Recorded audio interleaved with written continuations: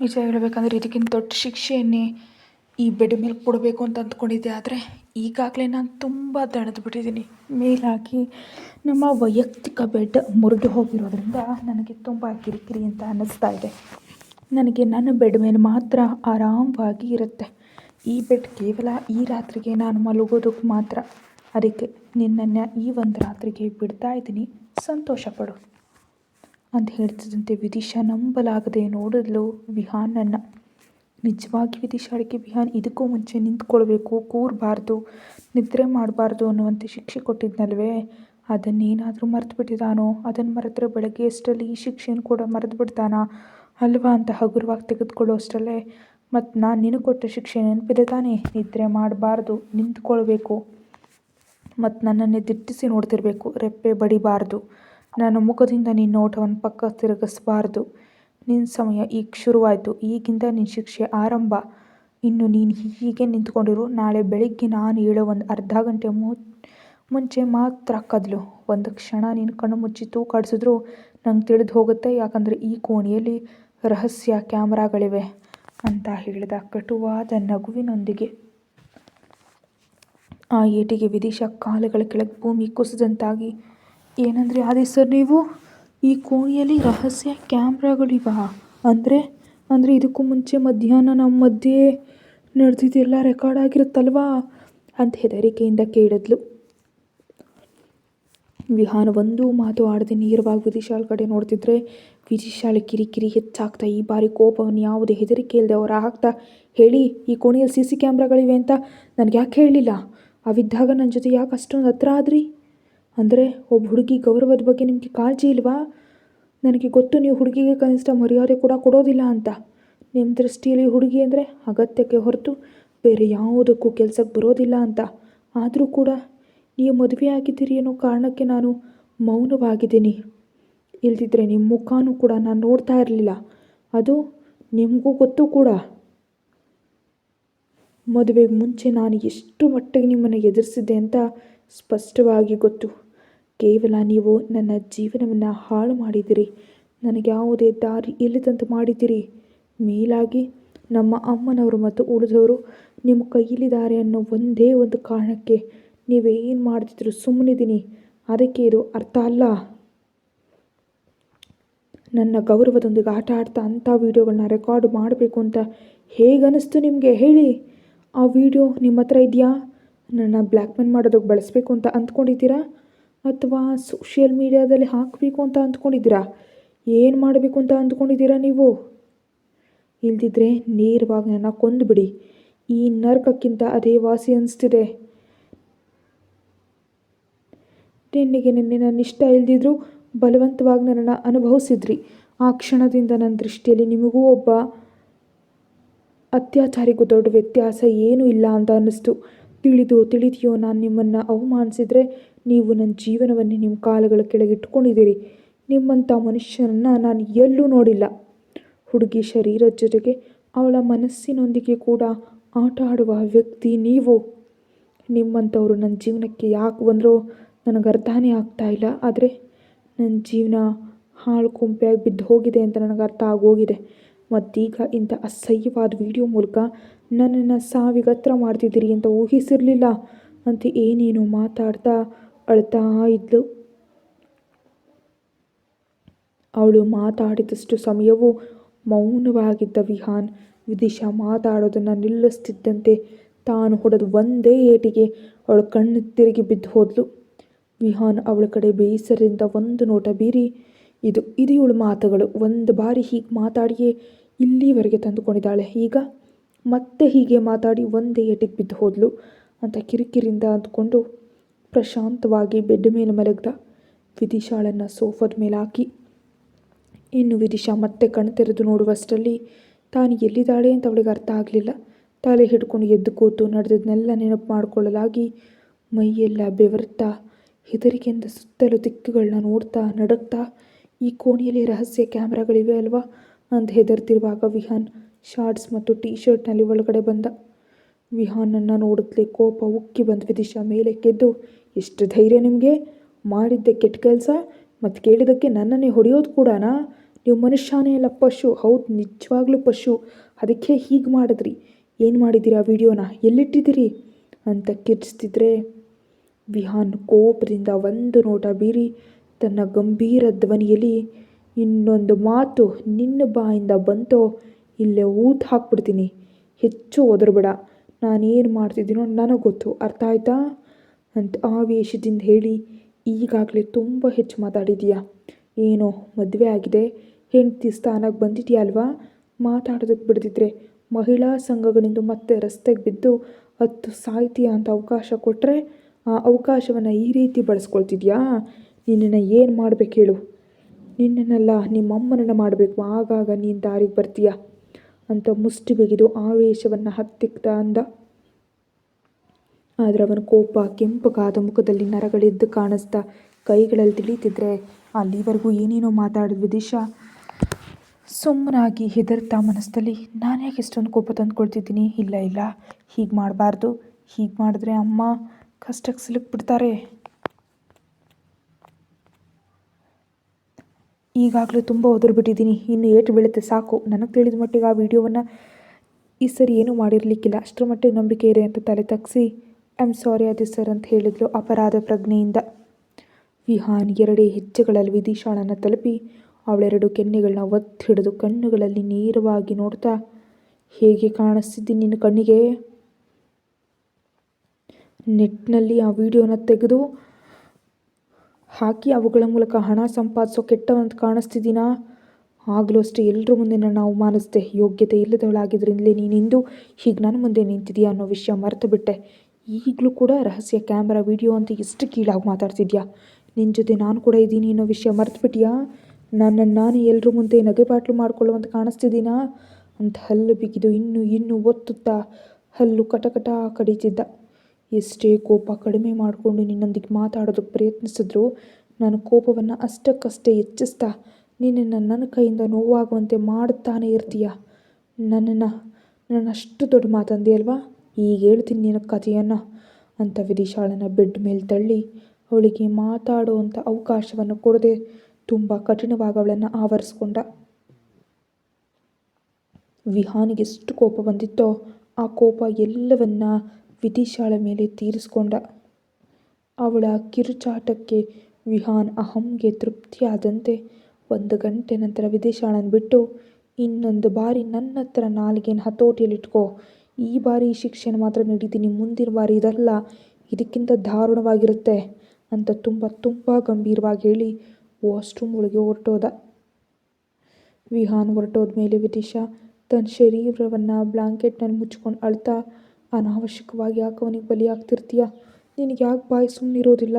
ನಿನ್ನ ಬಾಯಿ ನಿನಗೆಲ್ಲ ಕಷ್ಟಗಳನ್ನ ತಂದಿಡುತ್ತೆ. ಯಾರು ಹೇಗೋದ್ರೆ ನಿನಗ್ಯಾಕೆ? ಯಾರು ಏನಂದರೆ ನಿನಗ್ಯಾಕೆ? ಆ ದಿನವೂ ಹೀಗೆ ಒದರಿದ್ದಕ್ಕೆ ಎಂದು ಅವನ ಕೈಯಲ್ಲಿ ಸಿಕ್ಕಾಕೊಂಡಿದೀಯ. ಇನ್ನು ತಿಳಿದೋ ತಿಳಿಯದೆಯೋ ಮಾತಾಡಿದ್ರೆ ಮಾತ್ರ ನಿನ್ನ ಹೆಣ ಕೂಡ ನಿಮ್ಮ ಮನೆಗೆ ಸಿಗೋದಿಲ್ಲ. ಇನ್ನು ಮೇಲಾದರೂ ಸ್ವಲ್ಪ ಬಾಯಿ ಮುಚ್ಕೊಂಡಿರು. ಮುಖ್ಯವಾಗಿ ಮನಸ್ಸಿನಲ್ಲಿ ಮಾತಾಡೋದನ್ನ ಕಲಿ, ಹೊರಗಡೆ ಅಲ್ಲ ಅಂತ ವಿದಿಶಾ ತನ್ನಷ್ಟಕ್ಕೆ ತಾನೇ ಅಂದ್ಕೊಳ್ತಿದ್ಲು. ಅರ್ಧ ಗಂಟೆ ನಂತರ ಫ್ರೆಶ್ ಆಗಿ ಬಂದಂಥ ವಿಹಾನ್ ಅಳ್ತಿದ್ದ ವಿದಿಶಾಳನ್ನು ನೋಡಿ ಕಿರಿಕಿರಿಯಿಂದ, ನಿಲ್ಲಿಸು ನಿನ್ನಳುವನ್ನು. ನೀನು ಹತ್ರ ನನ್ನ ಎದುರೇ ಅಳಬೇಕು, ಆದರೆ ನಾನು ಇಲ್ದಿದ್ದಾಗಲ್ಲ. ಹೀಗೆ ನಿನ್ನ ಅಳುವನ್ನು ನೋಡ್ತಿದ್ರೆ ನನಗೆ ಕಿರಿಕಿರಿ ಆಗ್ತಿದೆ. ಮೊದಲು ಫ್ರೆಶ್ ಆಗಿ ಬಾ ಅಂತ ಕಿರ್ಚಿದ್ದಕ್ಕೆ ವಿದಿಶಾ ಅಳುತ್ತಲೇ ವಿಹಾನ್ ಕಡೆ ನೋಡಿದ್ಲು. ಹೋಗೋದಿಲ್ವಾ? ನಾನೇ ಮಾಡಿಸ್ಲಾ ಅಂದಿದ್ದಕ್ಕೆ ತಕ್ಷಣ ವಿದಿಶಾ ಬೆಡ್ಶೀಟ್ ಸವರ್ಕೊಂಡು ಎದ್ದು ಬೇಡ ಅಂತ ವಾಶ್ರೂಮ್ ಕಡೆ ಓಡಿದ್ಲು. ಆಗ ಗಮನಿಸಿದ್ಲು ಆ ವಾಶ್ರೂಮ್ ಇಷ್ಟರವರೆಗೆ ತಾನಿದ್ದ ಬೆಡ್ರೂಮ್ ವಾಶ್ರೂಮ್ ಅಲ್ಲ ಅಂತ. ಪೂರ್ತಿಯಾಗಿ 1 ಬಾರಿ ಸೂಕ್ಷ್ಮವಾಗಿ ನೋಡಿದ ಮೇಲೆ, ಇದೇನು ಹೊಸ ಕೋಣೆಗೆ ಬಂದಿದ್ದೀನಾ? ಏನು ನಾನು ನಿಜಕ್ಕೂ ನಾನು ಕಣ್ತಿರುಗಿ ಬಿದ್ದ ಮೇಲೆ ಏನಾಯಿತು? ಈ ಕೋಣೆಯನ್ನು ಕೂಡ ನಾನು ಸರಿಯಾಗಿ ಗಮನಿಸಲಿಲ್ಲ. ಅದರಲ್ಲಿ ಬಣ್ಣಗಳು ಕೂಡ ಬದಲಾಗಿವೆ. ಈ ಬಾರಿ ಕೋಣೆಯಲ್ಲಿ ಬ್ಲ್ಯಾಕ್ ಆ್ಯಂಡ್ ವೈಟ್ ಬಣ್ಣಗಳು ಮಾತ್ರ ಇರ್ತಿದ್ವು, ಆದರೆ ಈ ಕೋಣೆಯಲ್ಲಿ ಸ್ವಲ್ಪ ಸುಂದರವಾಗಿ ಕ್ರೀಮ್ ಬಣ್ಣ ಮತ್ತು ಸೀಲಿಂಗ್ ನೀಲಿ ಬಣ್ಣ ಹಾಗೂ ಆರೆಂಜ್ ಬಣ್ಣದಲ್ಲಿದೆ. ಎಲ್ಲಿಗೆ ಬಂದಿದ್ವು ಏನೋ? ಎಲ್ಲಿಗೆ ಬಂದರೂ ಈ ವಿಹಾನ್ ಕೈಯಿಂದಂತೂ ತಪ್ಪಿಸ್ಕೊಡೋದಕ್ಕೆ ಸಾಧ್ಯ ಇಲ್ಲ ಅಲ್ವಾ ಅಂತ ನೀರಸವಾಗಿ ಅಂದ್ಕೊಳ್ತಾ ಬಿಸಿ ನೀರಿನ ಸ್ನಾನ ಮಾಡಿದ್ಲು ವಿದಿಶಾ ಗಂಟೆಗಳವರೆಗೆ.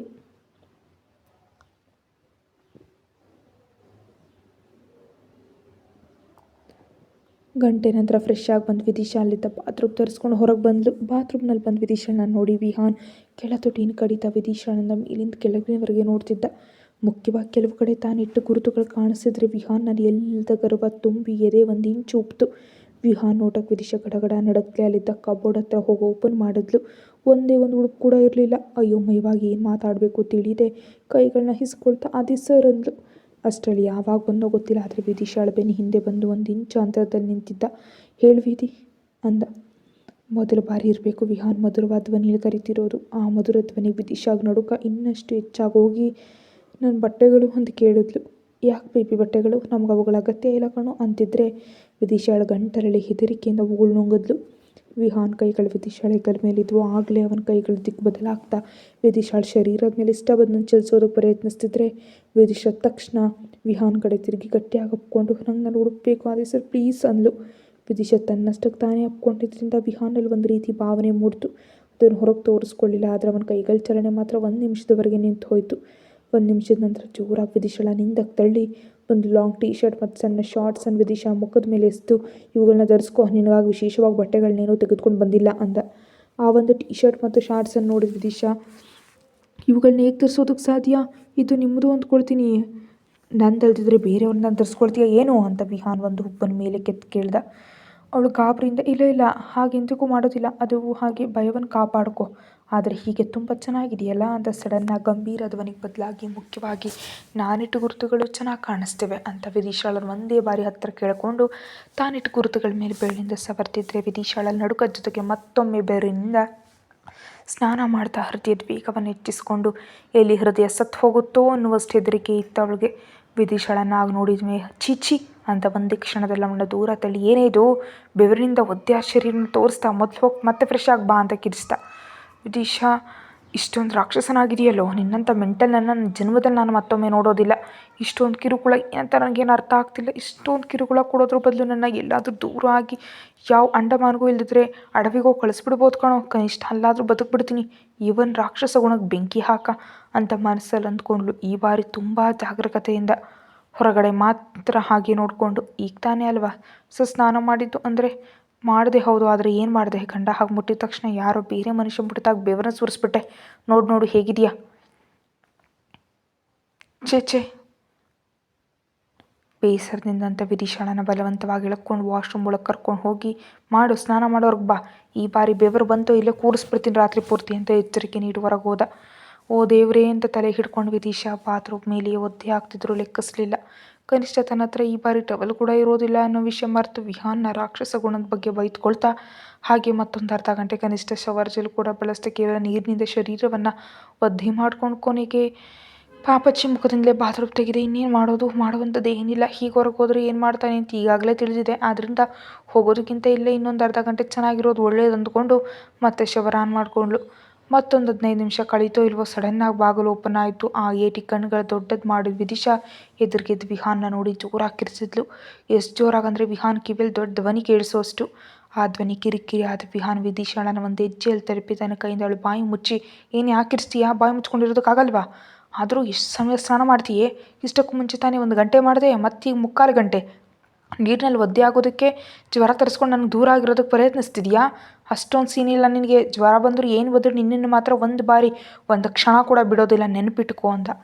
ಆಗಲೇ ಕಣ್ಣುಗಳು ದೊಡ್ಡದು ಮಾಡಿದ ವಿದಿಶಾ ತನ್ನ ಶರೀರದ ಮೇಲೆ ಏನೂ ಇಲ್ಲ ಅನ್ನೋ ವಿಷಯ ನೆನಪಿಗೆ ಬಂದು ಮತ್ತೊಮ್ಮೆ ಜೋರಾಗಿ ಕಿರ್ಚಿದ್ಲು. ಆದರೆ ಆ ಕಿರ್ಚಾಟ ವಿಹಾನ್ ಕೈ ಅಡ್ಡ ಇಟ್ಟಿದ್ದರಿಂದ ಬಾಯಿಯಲ್ಲೇ ನಿಂತು ಹೋಯಿತು. ವಿದಿಶಾ ಒದ್ದಾಡ್ತಿದ್ರೆ ವಿಹಾನ್ ಅದನ್ನು ಅರ್ಥ ಮಾಡಿಕೊಂಡು ಅಷ್ಟೊಂದು ಒದ್ದಾಡಬೇಡ, ಇಲ್ಲಿ ನಾನು ನೋಡದೇ ಇರುವಂಥದ್ದು ಏನಿಲ್ಲ ಅಂದು ಹೇಳಿ ಕಿರಿಕಿರಿಯಿಂದ ವಿದಿಶಾ ಕಡೆ ಬಂದು ನೋಟ ಬೀರಿ ಬೇಗ ಹೊರಗೆ ಬಾ, 2 ನಿಮಿಷ ಸಮಯ, ನನ್ನ ಹಿಂದೆ ಮುಗ್ಧ ಮಗುವಿನಂತೆ ಬಂದರೆ ಒಳ್ಳೇದು, ಇಲ್ದಿದ್ರೆ ಇಲ್ಲೇ ಮತ್ತೆ ಶುರು ಮಾಡ್ತೀನಿ ಅನ್ನಲು ವಿದಿಶಾ ಹೆದರ್ತಾ ಒಂದು ಟವಲ್ ನನ್ನ ಮುಖಕ್ಕೆ ಸಿರಿಯಾದೆ ಸರ್ ಬಂದುಬಿಡ್ತೀನಿ ಪ್ಲೀಸ್ ಅಂದ್ಲು. 5 ನಿಮಿಷ ಅಷ್ಟೊಂದು ಬೇಡ್ಕೊಂಡಿದ್ದ ಒಂದು ಷರತ್ತಿನ ಮೇಲೆ ಕೊಟ್ಟ. ಆ ಷರತ್ತು ನಾವೇ ಮತ್ತು ಆಮೇಲೆ ನೋಡೋಣ, ಸದ್ಯಕ್ಕಂತೂ ಟವಲ್ ಕೊಟ್ಟಿದ್ದಕ್ಕೆ ವಿದಿಶಾ ಸಂತೋಷಪಟ್ಟು ಥ್ಯಾಂಕ್ ಯು ಆದಿಸರ್, ನೀವು ತುಂಬ ದೊಡ್ಡವರು ಅಂತ ಹೊಗಳಿ ಟವಲ್ ಸುತ್ತಕೊಂಡು ಹೊರಗೆ ಬಂದು ವಿದಿಶಾ ಇದಕ್ಕೂ ಮುಂಚೆ ವಿಹಾನ್ ಎಸ್ತಿದ್ದ ಟೀ ಶರ್ಟನ್ನು ಕ್ಷಣಗಳಲ್ಲಿ ಧರಿಸ್ಕೊಂಡು ಹಬ್ಬ ಅಂದ್ಕೊಂಡ್ಳು. ವಿದಿಶಾಳ ಆ ಥರವನ್ನು ನೋಡಿದ ವಿಹಾನ್ ಒಂದು ನೋಟ ಬೀರಿ ಸದ್ದಿಲ್ಲದೆ ಡಿನ್ನರ್ ಆರ್ಡರ್ ನೀಡಿದ. ಕೇಳಿದ್ಲು ವಿದಿಶಾ ತುಂಬ ನಿಧಾನವಾಗಿ, ನಾವೆಲ್ಲಿದ್ದೀವ ಆದಿಸರ್ ಅಂತ. ಇನ್ನೂ ಅರ್ಥ ಆಗಲಿಲ್ವೇ? ನಾವು ಅಂಡಮಾನ್ ಅಡವಿಯಲ್ಲಿದ್ದೀವಿ. ಇಲ್ಲಿ ಸುತ್ತಲೂ ಕಾಡು ಪ್ರಾಣಿಗಳು ನಮ್ಮ ಸುತ್ತ ತಿರುಗತ್ಲೇ ಇವೆ. ನೀನು ಹೊರಗೆ ಹೋಗೋ ಅವಕಾಶ ಇಲ್ಲ. ಒಂದು ವೇಳೆ ಹೊರಗೋದ್ರೆ ಮಾತ್ರ ವಾಪಸ್ ಬರೋದಿಲ್ಲ. ಯಾವುದೋ ಹುಲಿಯೋ ಸಿಂಹವೋ ನೀನು ಆಹಾರವಾಗಿ ತಿಂದು ಬಿಡುತ್ತೆ ಅಂತ ಗಂಭೀರ ಧ್ವನಿಯಲ್ಲಿ ಹೇಳ್ದ. ಅದು ಕೂಡ ವಿಶೇಷ ಎಫೆಕ್ಟ್ಸ್ ಕೊಡುವಂಥ ಕೈಗಳನ್ನ ತಿರುಗಿಸ್ತಾ. ಆ ಏಟಿಗೆ ವಿದಿಶಾ ಹೆದರಿ, ಇಷ್ಟು ದೂರ ಯಾಕೆ ಕರ್ಕೊಂಡು ಬಂದ್ರಿ ಸರ್? ನಿಜಕ್ಕೂ ನಾವು ಹೀಗೆ ಬಂದ ವಿಷಯ ನನಗೆ ಹೇಗೆ ತಿಳಿಲಿಲ್ಲ. ನಾನು ಅಷ್ಟೊಂದು ಸಮಯ ನಿದ್ರೆ ಮಾಡೋದ್ನಾ ಅಂದ್ಲು. ಹೆದರಿಕೆಯಿಂದ ನಡಕ್ತಿರೋ ಧ್ವನಿಯಲ್ಲಿ ಭಯದ ಮುಖ ಮಾಡಿಕೊಂಡು. ನೀನು ಎಲ್ಲಿ ನಿದ್ರೆ ಮಾಡಿದೆ? ಪ್ರಜ್ಞೆ ತಪ್ಪಿದ್ದೆ? ಜಸ್ಟ್ ಒಂದು ಏಟು ಹೊಡೆದ ತಕ್ಷಣ ಬಿದ್ದು ಹೋಗ್ತೀಯಾ? ಇಷ್ಟೊಂದು ವೀಕ್ ಅಂದ್ಕೊಂಡಿರಲಿಲ್ಲ. ಒಂದು ಏಟಿಗೆ ಬಿದ್ದು ಹೋದರೆ ಭವಿಷ್ಯದಲ್ಲಿ ಇನ್ನೇನಾಗಿ ಹೋಗ್ತೀಯೋ? ದಿನಾಲೂ ಇಂಥ ಏಟುಗಳನ್ನ ನೀನು ಎಷ್ಟು ತಿಂತೀಯೋ ನಿನಗೂ ತಿಳಿಯೋದಿಲ್ಲ. ಸ್ವಲ್ಪ ಗಟ್ಟಿಯಾಗಿರು. ನನ್ನ ಹತ್ರ ಹವ್ಯಾಸ ಮಾಡ್ಕೋ, ಆಗಲೇ ಬದುಕಿ ಹೊರ ಬರೋದಕ್ಕೆ ಸಾಧ್ಯ ಅಂತ ಹೇಳ್ತಿರುವಾಗಲೇ ಬಾಗಿನ ಧ್ವನಿ ಆಯಿತು. ಅದನ್ನು ಕೇಳಿ ವಿಹಾನ್, ಹೋಗು ಫುಡ್ ತಗೋ ಹೋಗು, ಫುಡ್ ಸರ್ವಿಸ್ ಬಂದಿರುತ್ತೆ ಅನ್ನಲಾಗಿ ವಿದಿಶಾ ಎದುರು ಹೋಗಿ, ನಾನು ಹೋಗೋದಿಲ್ಲ ಅಂದ್ಲು. ಏಯ್, ನಾನು ಕೊಟ್ಟ ಎಚ್ಚರಿಕೆ ಮರ್ತುಬಿಟ್ಟಿಯಾ? ಶಿಕ್ಷೆ ಸಮಯ ಆಯಿತು, ಬೇಗ ಹೋಗಿ ಫುಡ್ ತಗೋ, ಇಲ್ದಿದ್ರೆ ಅಂತ ವಿಹಾನ್ ಗಂಭೀರ ಧ್ವನಿಯಲ್ಲಿ ಹೇಳಿ ಒಂದು ಹೆಜ್ಜೆ ಅವಳ ಕಡೆ ಇಡ್ತಿದ್ದಂತೆ ವಿದಿಶಾ 4 ಹೆಜ್ಜೆ ಮುಂದೆ ಇಟ್ಟು ಬಾಗಿಲು ತೆಗೆದು ಎದುರಿಗಿದ್ದ ವೆಯ್ಟರ್ನನ್ನು ಮಾತ್ರ ನೋಡ್ತಾ ಅವನ ಕೈಲಿದ್ದ ಫುಡ್ ಟ್ರೇಯನ್ನು ಎಳ್ಕೊಂಡು ಕ್ಷಣಗಳಲ್ಲಿ ಬಾಗಿಲು ಮುಚ್ಚಿದ್ಲು. ವಿಹಾನ್ ತುಟಿ ಮೇಲೆ ಕಿರುನಗುವಿನೊಂದಿಗೆ ವಿದಿಶಾ ಕಡೆ ನೋಡ್ದ. ಆದರೆ ವಿದಿಶಾ ತನ್ನ ಕಡೆ ನೋಡುವಷ್ಟರಲ್ಲಿ ಗಂಭೀರವಾಗಿ ಮುಖ ಬದಲಾಯಿಸ್ದ. ಫುಡ್ ಬರುತ್ತಲೇ ವಿದಿಶಾ ಅದನ್ನು ಟೇಬಲ್ ಮೇಲೆ ಜೋಡಿಸಿ ವಿಹಾನ್ ಕೊಟ್ಟು ಶಿಕ್ಷೆ ಪ್ರಕಾರ ಫುಡ್ ಪ್ಲೇಟ್ನಲ್ಲಿ ಹಾಕಿ ಉಗುಳು ನುಂಗುತ್ತಾ ವಿಹಾನ್ ಕಡೆ ನೋಡ್ತಿದ್ಲು. ಬೆಡ್ ಮೇಲೆ ಕೂತು ಕೈಗಳನ್ನ ಕಟ್ಕೊಂಡು ವಿದಿಶಾ ಕಡೆ ನೋಡ್ತಿದ್ದ ವಿಹಾನ್. ಇನ್ನು ಏನಕ್ಕೆ ತಡ? ಬೇಗ ಬಂದು ತಿನ್ಸಿದ್ರೆ ತಿಂತೀನಿ, ಇಲ್ದಿದ್ರೆ ಉಪವಾಸ ಇರಬೇಕಂದ್ರೆ ಹೇಳು, ಉಪವಾಸ ಇರ್ತೀನಿ, ಆದರೆ ಕೇವಲ ಫುಡ್ ವಿಷಯದಲ್ಲಿ ಮಾತ್ರ ಅಂದ. ವಿದಿಶಾ ಮುಖ ತಿರುಗಿಸಿ ಹೋಗಿ ವಿಹಾನ್ ತಿನ್ಸೋದಕ್ಕೆ ಪ್ಲೇಟ್ನಲ್ಲಿ ಬಡಿಸ್ಕೊಂಡು ಫುಡ್ ಕಲಸಿ ಒಂದು ತುತ್ತು ವಿಹಾನ್ ಬಾಯಿ ಹತ್ರ ತೆಗೆದುಕೊಂಡು ಬಂದರೆ ವಿಹಾನ್ ಹಂಬಿನಿಂದ ಕ್ರೂರ ನಗುವಿನೊಂದಿಗೆ ಒಂದು ನೋಟ ಬೀರ್ದ. ಅದನ್ನು ಅರ್ಥ ಮಾಡ್ಕೊಂಡು ವಿದಿಶಾ ಅಳೋ ಮುಖದಿಂದ, ಏನಾದೆ ಸರ್? ತುಂಬ ನೀರಸವಾಗಿದೆ ನನಗೆ, ಪ್ಲೀಸ್ ಸರ್ ಬಿಟ್ಟುಬಿಡಿ ಬೇಡ್ಕೊಳ್ತಿದ್ರೆ. ವಿಹಾನ್ ಅವಳ ಜುಟ್ಟು ಹಿಡಿದು ಮುಖಕ್ಕೆ ಮುಖ ಇಟ್ಟು ಒಂದು ಏಟಿಗೆ, ನಾನು ಕೊಟ್ಟು ಯಾವುದೇ ಶಿಕ್ಷೆ ಏನಾದರೂ ನೀನು ಮಾಡಿ ಮುಗಿಸ್ಲೇಬೇಕು. ಬೇಡ ಅಂತಿಂಥ ಕೆಟ್ಟ ಕತೆಗಳನ್ನ ಹೇಳಿದ್ರೆ ಅಲ್ಲಿ ಉದುರು ಹೋಗುತ್ತವೆ. ಇಲ್ಲಿ ಬಂದು ಬಿದ್ದಿದ್ಯಾ, ಇನ್ನೊಂದು ಏಟು ಹೊಡೆದ್ರೆ ಎಲ್ಲಿ ತೇಳ್ತೀಯೋ ಯೋಚಿಸ್ಕೊ. ಈ ಬಾರಿ ನನ್ನ ಮಾತು ಕೇಳಿದ್ರೆ ನೇರವಾಗಿ ಸಮುದ್ರದಲ್ಲಿ ಮುಳುಗಿಸ್ಬಿಡ್ತೀನಿ ಅಂತ ಗಂಭೀರ ಧ್ವನಿಯಲ್ಲಿ ಅಂದ. ನಿಜವಾಗಿ ಒಂದಷ್ಟು ಕೆಲಸ ಮಾಡ್ತಾನೋ ಅನ್ನೋ ಹೆದರಿಕೆಯಿಂದ ಬೇಡ ಅಂತ ಹೇಳಿ ವಿದಿಶಾ ಹೆದರ್ತಾ ವಿಹಾನ್ ತುಟಿಗಳ ಕಡೆ ನೋಡಿದ್ಲು. ಆಗಲೇ ವಿದಿಶಾ ಕೋಪದಲ್ಲಿ ವಿಹಾನ್ ತುಟಿಗಳನ್ನ ಗಟ್ಟಿಯಾಗಿ ಕಚ್ಚಿಬಿಡ್ತಿದ್ಲು. ಏನೋ ಗಾಯ ತುಂಬ ಸ್ಪಷ್ಟವಾಗಿ ಕಾಣಿಸೋದ್ರ ಜೊತೆಗೆ ತುಟಿಗಳು ಸ್ವಲ್ಪ ಉಬ್ಬಿದ್ವು. ಅದನ್ನು ನೋಡಿ ವಿದಿಶಾ ಕಣ್ಣುಗಳು ದೊಡ್ಡದಾಗಿ ಮಾಡಿ ಮನಸ್ಸಿನಲ್ಲಿ, ಇದು ನಾನೇ ಮಾಡಿದ್ದ, ಇಲ್ಲಿದ್ರೆ ಈ ಗ್ಯಾಪ್ನಲ್ಲಿ ಬೇರೆ ಯಾರನ್ನಾದರೂ ಕೆಣಕದ್ನಾ ಅಂತ ಅಂದ್ಕೊಂಡು. ವಿದಿಶಾ ನೋಟವನ್ನು ಗಮನಿಸಿದ ವಿಹಾನ್ ತನ್ನ ತುಟಿಗಳನ್ನ ನಾಲಿಗೆಯಿಂದ ತೇವ ಮಾಡ್ಕೊಳ್ತಾ, ಜ್ಯೂಸಿ ಆಗಿದೆ ಅಲ್ವಾ ಅಂತ ಗಂಭೀರ ಧ್ವನಿಯಲ್ಲಿ ಅಂದರೆ ವಿದಿಶಾ ಚೇತರಿಸ್ಕೊಂಡು ಇಲ್ಲ ಅಂತ ಹೇಳಿ ವಿಹಾನ್ ಹೇಳಿದ ನೆನಪು ಮಾಡ್ಕೊಂಡು ಕಣ್ಣುಗಳು ಗಟ್ಟಿಯಾಗಿ ಮುಚ್ಚಿ ತನ್ನ ತುಟಿಗಳನ್ನ ಮುಚ್ಚಿ ಚಾಚಿ ಜಸ್ಟ್ ಹಾಗೆ ವಿಹಾನ್ ತುಟಿಗಳ ಮೇಲೆ ಒತ್ತು ಹಿಂದಕ್ಕೆ ತೆಗೆದುಕೊಂಡ್ರೆ ವಿಹಾನ್ ಗಂಭೀರವಾಗಿ ನೋಡ್ದ ವಿದಿಶಾ ಕಡೆ. ಅರ್ಥ ಆಯ್ತು ವಿಹಾನ್ ವಿದಿಶಾ ಕೊಟ್ಟ ಶಿಕ್ಷೆ? ತುತ್ತಿಗೊಂದು ಮುತ್ತು. ವಿಹಾನ್ ನೋಟವನ್ನು ಲೆಕ್ಕಿಸ್ತಾ ತಲೆ ತಗ್ಸಿದ್ ವಿದಿಶಾ, ಪ್ಲೀಸ್ ಆದಿಸ ತಿನ್ನಿ, ನಂಗೆ ತುಂಬ ನೀರಸವಾಗಿದೆ. ಈ ಬಾರಿ ನಿಜವಾಗಿ ನೀವು ಹೊಡೆದ್ರೆ ಹೇಳೋದಿಲ್ವೇನೋ? ನಿಮ್ಗೆ ಹೊಡೆಯೋದಕ್ಕಾದ್ರೂ ಶಕ್ತಿ ಇರಬೇಕು, ನನಗೆ ಓಡಿಸೋದಕ್ಕಾದ್ರೂ ಶಕ್ತಿ ಇರಬೇಕು. ಕನಿಷ್ಠ ಕಣ್ಣು ತಿರುಗಿ ಬೀಳುತ್ತಷ್ಟಾದರೂ ಅನ್ನ ತಿನ್ನಬೇಕು. ಮೊದಲು ನೀವು ತಿಂದರೆ ನಾನು ತಿಂತೀನಿ ಅಂತ ಬೇಡ್ಕೊಂಡ್ರೆ ವಿಹಾನ್ ಬಾಯಿ ತೆರೆದ. ಒಂದು ತುತ್ತಿಟ್ಟ ಮೇಲೆ ಮತ್ತೊಂದು ತುಟಿಗೆ ಮತ್ತೆ ಗಂಭೀರವಾಗಿ ನೋಡೋದ್ರಿಂದ ಅಣೆಬರ ಅಂದ್ಕೊಂಡು ತಲೆ ಚಚ್ಕೊಂಡು ಹಲ್ಲು ಕಡಿತ ವಿಹಾನ್ ಕೆನ್ನೆ ಮೇಲಿಟ್ಲು. ಹಾಗೆ ಒಂದೊಂದು ತುತ್ತಿಗೆ ಒಂದೊಂದು ಕಡೆ ಮುತ್ತಿಡ್ತಾ ಮುಖ ಎಲ್ಲ ಮುಗಿದ ಮೇಲೆ ಗಂಟಲಿನ ಮೇಲೆ ಗಂಟಲಿನ ಹತ್ರ ಮುಗಿದ ಮೇಲೆ ಹೆಗಲು, ಹೀಗೆ ಹೆಗಲಿಂದ ಎದೆ ಹತ್ರ ಬರೋಷ್ಟರಲ್ಲಿ ಊಟ ಮುಗಿದು ಹೋಗಿದ್ರಿಂದ ಅವ್ವ ಅಂದ್ಕೊಂಡು ವಿದಿಶಾ ಮುಗೀತು ಅಂತ ಉತ್ಸಾಹದಿಂದ ಹೇಳಿದ್ಲು. ಓಕೆ, ಹಾಗಾದರೆ ಈಗ ನಾನು ನಿನಗೆ ತಿನ್ನಿಸ್ತೀನಿ ಅಂತಿದ್ದಂತೆ ವಿದಿಶಾ ಕಣ್ಣುಗಳು ದೊಡ್ಡದು ಮಾಡಿ ತಾನು ಕೇಳಿದ ನಿಜವೋ ಅಲ್ವೋ ಅರ್ಥ ಆಗದೆ ಕಿವಿಗಳನ್ನ 2 ಬಾಯಿ ಚಿವಿಟ್ ನೋಡಿಕೊಂಡು ವಿಹಾನ್ ಹೇಳಿದ ನಿಜವೇ ಅಂತ ಅರ್ಥ ಆಗಿ ವಿಹಾನ್ ಕಡೆ ನೋಡಿದ್ರೆ ವಿಹಾನ್ ಆಗಲೇ ಪ್ಲೇಟ್ನೊಂದಿಗೆ ಸಿದ್ಧವಾಗಿದ್ದ. ಅದನ್ನು ನೋಡಿ ವಿದಿಶಾ, ಅದು ಸರ್ ನೀವೇನಾ? ನೀವು ನಂಗೆ ತಿನ್ನಿಸ್ತೀರಾ ನಿಜವಾಗ್ಲೂ ಅಂದ್ಲು. ಯಾಕೆ ತಿನ್ನಿಸ್ಬಾರ್ದು ಬೇಬಿ? ಎಷ್ಟಿದ್ರು ನೀನು ನನ್ನ ಅರ್ಧ ಹಾಗೆ ಅಲ್ವಾ ಅಂತ ಕ್ರೂರ ನಗುವಿನೊಂದಿಗೆ ಅನ್ನೋದಕ್ಕೆ ವಿದಿಶಾಳಿಗೆ ಅರ್ಥ ಆಗೋಗಿ ಅದು ಕೂಡ ಶಿಕ್ಷೆಯ ಭಾಗವಂತೂ, ಈ ಏಟಿಗೆ ಪ್ಲೀಸ್ ಆದಿ ಸರ್ ಅಂತ ಕೇಳ್ಕೊಳ್ತಿರುವಾಗಲೇ ನನ್ನ ತುಟಿಗಳನ್ನ ಮುಚ್ಚಿದ ವಿಹಾನ್ 2 ನಿಮಿಷ ಕಚ್ಚಿ ಅದೇ ಮುತ್ತಂತ ಹೇಳಿ ಬಿಟ್ಬಿಟ್ಟು ಅಳ್ತಿದ್ದಾನೆ. ಬಾಯನ್ನು ತೆರಿ ಅಂತ ಗದರಿಸಿ ಬಾಯಿಗೆ ತುತ್ತಿಟ್ಟ. ಇದು ಮುತ್ತಿಡೋ ವಿಧಾನ ಅಂದರೆ ಇಷ್ಟೊಂದು ಕೂಡ ಬರೋದಿಲ್ಲ, ಹೇಗೆ ನನ್ನ ಜೊತೆ ಬದುಕ್ತೀಯೋ ಏನೋ ಅಂತ ಒಂದು ಕ್ಷಣ ಕಾಳಜಿ ತೋರಿಸ್ಬಿಟ್ಟ. ವಿಹಾನ್ ಇಷ್ಟೊಂದು ಮುಖಗಳನ್ನ ಇಷ್ಟು ಕಡಿಮೆ ಸಮಯದಲ್ಲಿ ತೋರಿಸಿದ್ರೆ ವಿದಿಶಾ ಬಿಚ್ಚಿ ಬೀಳ್ತಾ ಮನಸ್ಸಲ್ಲಿ ವಿಹಾನನ್ನು ಬೈದ್ಕೊಳ್ಬೇಕಾದದ್ದೆಲ್ಲ ಬೈದ್ಕೊಳತ್ಲೇ ತಿಂತಿದ್ಲು. ಏನು ಮಾಡಲಾಗದೆ ಊಟ ಮುಗಿಯೋಷ್ಟರಲ್ಲಿ 1 ಗಂಟೆ ಹಿಡಿತು. ಈ 1 ಗಂಟೆಯಲ್ಲಿ ನನ್ನ ಶರೀರದ ಮೇಲೆ ಎಷ್ಟೋ ಕಡೆ ವಿಹಾನ್ ಹಲ್ಲಿನ ಗುರುತು ಜೊತೆಗೆ ತುಟಿಗಳ ಮುದ್ರೆ ಕೂಡ ಬಿದ್ದವು. ಏನು ಮಾಡೋದು, ಮಾಡಿದ ತಿನ್ನೋ ಮಹಾರಾಯ ಅನ್ನೋ ಅಂತ ಅನುಭವಿಸ್ಬೇಕು ಅಂತ ಅಂದ್ಕೊಂಡ್ಲು ವಿದಿಶಾ ಮನಸ್ಸಿನಲ್ಲಿ.